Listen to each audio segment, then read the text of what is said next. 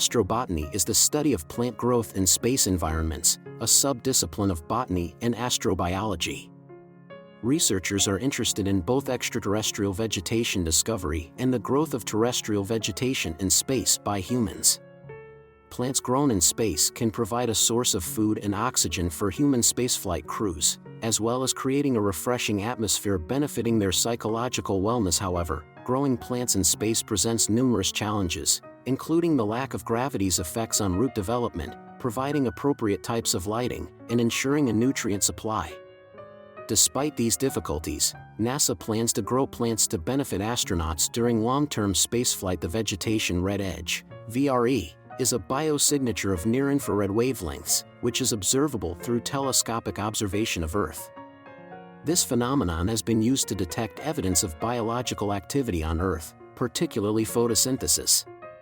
Astrobotanists theorize that by measuring VRE biosignatures on exoplanets and comparing them to modeled historic Earth radiation, they could estimate the complexity of vegetation on these exoplanets. However, detecting exoplanetary VREs faces several challenges, including telescope technology limitations and the challenges of heavy cloud cover. Gavril Adrianovic Tykov, known as the creator of astrobotany, coined the term in 1945 to describe the search for extraterrestrial vegetation. Due to storms on Mars causing visible surface darkening, Tykov hypothesized the likely existence of Martian vegetation, composed mostly of blue-hued mosses and lichens. Although Tykov's conclusive findings revealed undetectable chlorophylls on the Martian surface, his research into astrobotany led to the demonstration of plants growing in extraterrestrial conditions. Since the Galileo flyby in 1990, the search for extraterrestrial vegetation has primarily focused on examining the feasibility of detection through various proposed projects. The James Webb Space Telescope is currently searching for signs of extraterrestrial vegetation, including a VRE biosignature that is made visible during TRAPPIST-1's exoplanet's transit across the face of the star.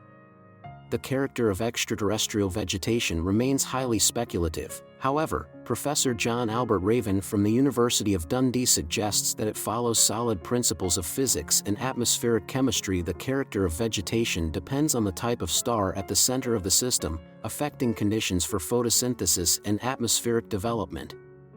F-type main sequence stars, such as Sigma Boötis, have been speculated to encourage yellow or blue-toned extraterrestrial vegetation in their exoplanet system to reflect back high levels of emitted blue photons. The exploration of using photosynthetic life as a resource in space agriculture has been a topic of discussion since the early 20th century. Konstantin Tsiolkovsky and Gavril Adrianovic Tykov were two of the pioneers in this field, with Tykov being considered the father of astrobotany. Initial experiments involved launching specially developed seeds into space to study the effects of radiation exposure on living tissue. However, in recent years, experiments have become more sophisticated and focused on growing various crops, including lettuce, Swiss chard, and radishes, in space environments like the International Space Station. The ultimate goal is to grow food for crew consumption during long-term space missions. Although some plants, like tobacco and morning glory, have not been directly grown in space, they have been subjected to space environments and then germinated and grown on Earth. The theme of the story is the exploration of plant growth in closed systems and its potential for supporting life in space and on other planets. The research involved identifying the optimal environmental parameters and cultivars for growth in life support systems. Tests in space have been relatively few compared to those on Earth, but experiments with wheat, potato, and duckweed have been conducted, and smaller projects have provided fresh produce to astronauts as a dietary supplement. Future studies will explore the effects of plant growth on the mental well-being of humans in confined environments.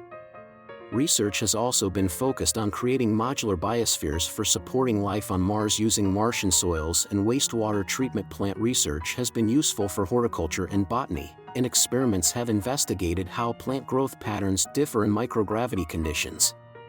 In conclusion, the exploration of plant growth in closed systems has significant potential for supporting life in space and on other planets. The theme of astrobotany has garnered attention in both literature and cinema.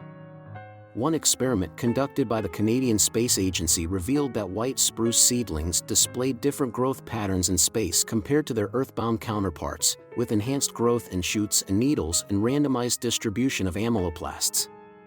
Science fiction works have explored the possibilities of plant preservation and use in a space environment, such as the preservation of plant life in domes and Silent Running, the use of algae as biofuel in Produce Unbound, and astrobotanical research on the flora of Pandora in Avatar the Martian by Andy Weir tells the inspiring story of botanist Mark Watney, who uses his plant expertise to cultivate potatoes and survive while stranded on Mars.